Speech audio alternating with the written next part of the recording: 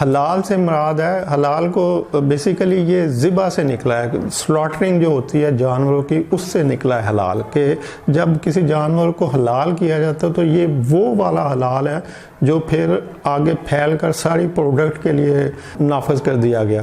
یعنی basically start ہوا تھا کہ جانور کو جو حلال کرنا ہے وہ والا حلال، کہ یہ جانور ذبح ہو رہا ہے، حلال ہو رہا ہے. تو اگر حلال کو دیکھیں تو یہ ایک عربک ورڈ ہے، اور عربک ورڈ سے بھی زیادہ یہ قرآن پاک کا ورڈ ہے. یعنی قرآن پاک میں لاتزار مرتبہ حلال کا لفظ یوز ہوا ہے، لیکن جس جگہ بھی حلال کا لفظ یوز ہوا ہے وہاں پہ حرام کا لفظ بھی یوز ہوا ہے. یعنی یہ دونوں اپوزٹ ڈائریکشن میں دو لفظ ہیں، حلال اور حرام. حلال سے مراد ہے کہ جو آپ کے لیے جس کی اجازت ہے، جو آپ کو الاؤ کیا گیا ہے، تو یہ حلال ہے. اور حرام سے مراد ہے کہ یہ آپ کے لیے ممنوع ہے، اس کو آپ نہ چھیڑ سکتے ہیں، نہ کھا سکتے ہیں، نہ رکھ سکتے ہیں. تو مطلب اس کے متعلق آپ نے سوچنا بھی نہیں. تو یہ حلال اور حرام یہ صرف مسلمانوں کے لیے نہیں بتایا گیا، بلکہ یہ تمام بنی نوع انسان کے لیے.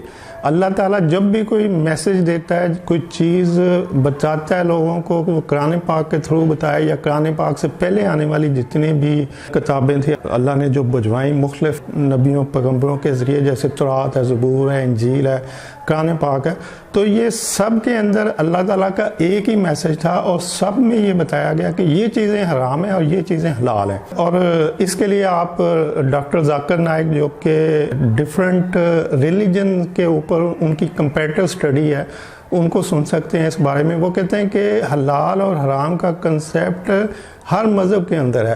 اگر سور کھانا مسلمانوں کے لیے حرام ہے تو یہ کرسچن کے لیے بھی حرام ہے، یہودیوں کے لیے بھی حرام ہے. اللہ کی ہر کتاب میں لکھا ہوا ہے کہ سور کھانا انسانوں کے لیے حرام ہے، بلڈ انسانوں کے لیے حرام ہے، اور ڈیڈ میٹ کھانا بھی انسانوں کے لیے حرام ہے. یعنی اس میں کوئی یہ نہیں کہ جی یہ کرسچن کے لیے تو سور حلال ہے اور مسلمانوں کے حرام ہے، ایسی کوئی بات نہیں ہے. یہ انجیل میں بھی لکھا ہوا ہے، تورات میں بھی اور زبور میں بھی اور قرآن پاک میں بھی کہ سور کھانا حرام ہے، مردہ گوشت کھانا حرام ہے، اور خون کا کھانا حرام ہے. تو یہ جو حرام سب کے لیے کیا گیا ہے، یہ اللہ نے تمام بنی نوع انسان کے لیے کیا ہے.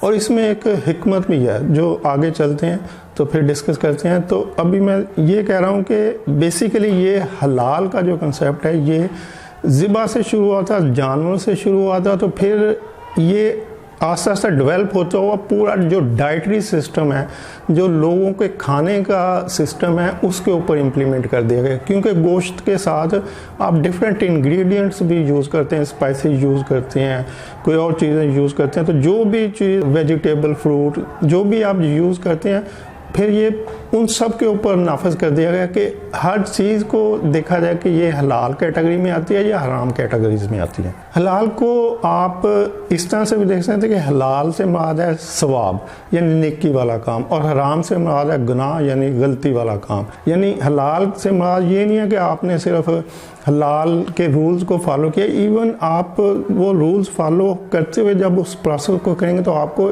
ثواب بھی ہوگا اور وہ کام بھی صحیح طریقے سے ہو رہا ہے. جیسے کہ ہم بسم اللہ پڑھتے ہیں، ابھی میں نے جب ویڈیو سٹارٹ کی تو میں نے بھی کہا بسم اللہ الرحمن الرحیم. ایسے ہی ہم کھانا کھاتے ہیں تو بسم اللہ الرحمن الرحیم. مطلب ہر کام جو مسلمانوں کے لیے بتایا گیا کہ آپ نے کچھ بھی سٹارٹ کرنا ہے تو آپ نے اس کا آغاز کرنا ہے بسم اللہ الرحمن الرحیم. تو یہ جو یہ ایک آپ کو طریقہ بتا دیا گیا، سسٹم بتا دیا گیا کہ یہ آپ کے لیے حلال سسٹم ہے کہ آپ نے اس طرح سے اپنا آغاز کرنا ہے. تو اب ایک تو بتایا گیا، اس کو آپ فالو کر رہے ہیں. نمبر 2 آپ کو اس کی نیکی بھی مل رہی ہے، یعنی اس کا ثواب مل رہا ہے کہ آپ نے یہ جو کام کیا ہے اس کا ثواب ہے. اس کو آپ اس طرح سے سمجھ لیں. میں ایک آسان سی اگزامپل دیتا ہوں کہ جب آپ ذبح کرتے ہیں تو اس کے لیے گناہ نہیں ہوتا آپ کو، لیکن جب آپ مارتے ہیں تو اس کے لیے گناہ ہوتا ہے. تو یہ جو بسم اللہ الرحمن الرحیم پڑھتے ہیں آپ ذبح کرنے کے لیے، یہ بیسیکلی اللہ تعالیٰ سے اجازت لینے کا کام ہے. یعنی آپ اللہ تعالیٰ سے اجازت لے رہے ہیں کہ اللہ تعالیٰ میں اس جانور کا گوشت کھانا چاہتا ہوں، تو مجھے آپ اجازت دو کہ میں اس کو ذبح کروں اور اس حلال طریقے سے جو کہ مجھے بتایا گیا، جو قرآن پاک میں بتایا گیا، جو حضور صلی اللہ علیہ وسلم نے بتایا، تو ہم اس کے مطابق اس کو ذبح کر کے کھائیں گے. تو یہ جو کام وہ کر رہا ہے بندہ، یہ ایک تو وہ اپنی ضرورت پوری کر رہا ہے، نمبر 2 وہ اس کو ثواب مل رہا ہے اس کا، کیونکہ اس نے اللہ تعالیٰ کے اس بتائے ہوئے طریقے، حلال طریقے سے اس کو ذبح کیا اور اس کو آگے پھر کھا لیا۔ لیکن اگر آپ اس کو مار دیں تو مارنے سے مراد ہے کہ آپ نے ایک گناہ کیا، آپ نے اللہ کی اجازت نہیں لی، آپ نے وہ طریقہ نہیں اپنایا جو کہ حلال طریقہ تھا، آپ نے ایک حرام طریقہ اپنایا، تو حرام طریقے میں آپ کو ایک تو وہ جائز نہیں ہے، دوسرا آپ کو اس کا گناہ ہوگا۔ تو یہ حلال اور حرام کا کنسیپٹ ہے۔ اب حرام طریقہ کیا ہے کہ اگر وہ آپ اس کا خون نہیں نکلتے، آپ اس کو ایسے طریقے سے مارتے ہیں کہ اس کا خون نہیں نکلتا، تو جو خون کا نہ نکلنا ہے وہ حرام ہے، اگر خون نکل آتا ہے تو یہ حلال ہے۔ پھر اگر آپ خون پیتے ہیں، خون سے پینے سے مراد ہے کہ گوشت میں خون شامل ہے، آپ اس کو پراپر صاف نہیں کرتے تو وہ بھی حرام طریقہ ہے۔ یعنی خون کا پینا جو ہے وہ گوشت کے ذریعے آپ پئیں یا جیسے ڈائریکٹ پئیں تو یہ ممنوع کر دیا گیا ہے۔ تو چونکہ خون پینا حرام ہے تو اسی لیے حلال طریقے کو اپنایا گیا کہ آپ اس کو چھری سے ذبح کریں اور پھر اس کا سارا خون نچوڑنے دیں۔ جب جانور کا سارا خون نکل جائے تو پھر اس گوشت کو پراپرلی واش کریں اور اچھی طرح جب اس کا خون آپ کو یقین ہو جائے کہ اب گوشت میں بھی خون نہیں رہا تو پھر اس کو پکائیں، جو کہ حلال طریقہ ہے۔ تو اس طرح سے اللہ تعالیٰ نے تمام بنی نوع انسان کے لیے تمام اپنی اتاری ہوئی کتابوں میں تمام نبی، پیغمبروں، رسولوں کے ذریعے جو حلال کا میسج دیا وہ یہی تھا کہ آپ نے سور کا گوشت نہیں کھانا، یہ حرام ہے، آپ نے مردہ گوشت نہیں کھانا، یہ حرام ہے، اور آپ نے خون نہیں پینا، خواہ وہ کٹے ہوئے گوشت کے اندر ہو یا ویسے ہو، تو یہ بھی حرام ہے۔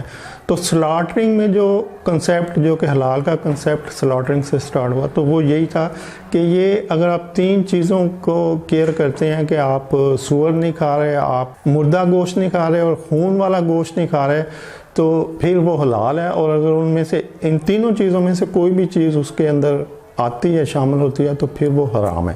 تو اس کو انشاءاللہ آگے یہ ایک بیسک میں کنسیپٹ بتا رہا تھا کہ آپ کو کہ حلال کیا ہوتا ہے، حرام کیا ہوتا ہے، لیکن جو سسٹم ہے، جو حلال مینجمنٹ سسٹم ہے، یہ آگے ڈیٹیل میں ڈسکس کریں گے۔ تو ابھی ایک جنرل سا کنسیپٹ دینا چاہ رہا ہوں کہ حلال حرام کیا ہوتا ہے، تو اس کو آگے کنٹینیو رکھیں گے۔ وہ لوگ جو اس میں دلچسپی رکھتے ہیں وہ ہمارے چینل کو سبسکرائب کر لیں، بیل آئیکن کو کلک کر لیں تاکہ آنے والی ویڈیوز آپ کو ملتی رہیں، اور اس سلسلے میں جو بھی فوڈ سیفٹی اور حلال سرٹیفکیشن کے لیے جتنی بھی مفید معلومات ہیں وہ ہم آگے بھی دیں گے، اور آلریڈی بہت ساری ویڈیوز چینل کے اوپر اویلیبل ہیں۔ ویڈیو دیکھنے کے لیے شکریہ، اللہ حافظ۔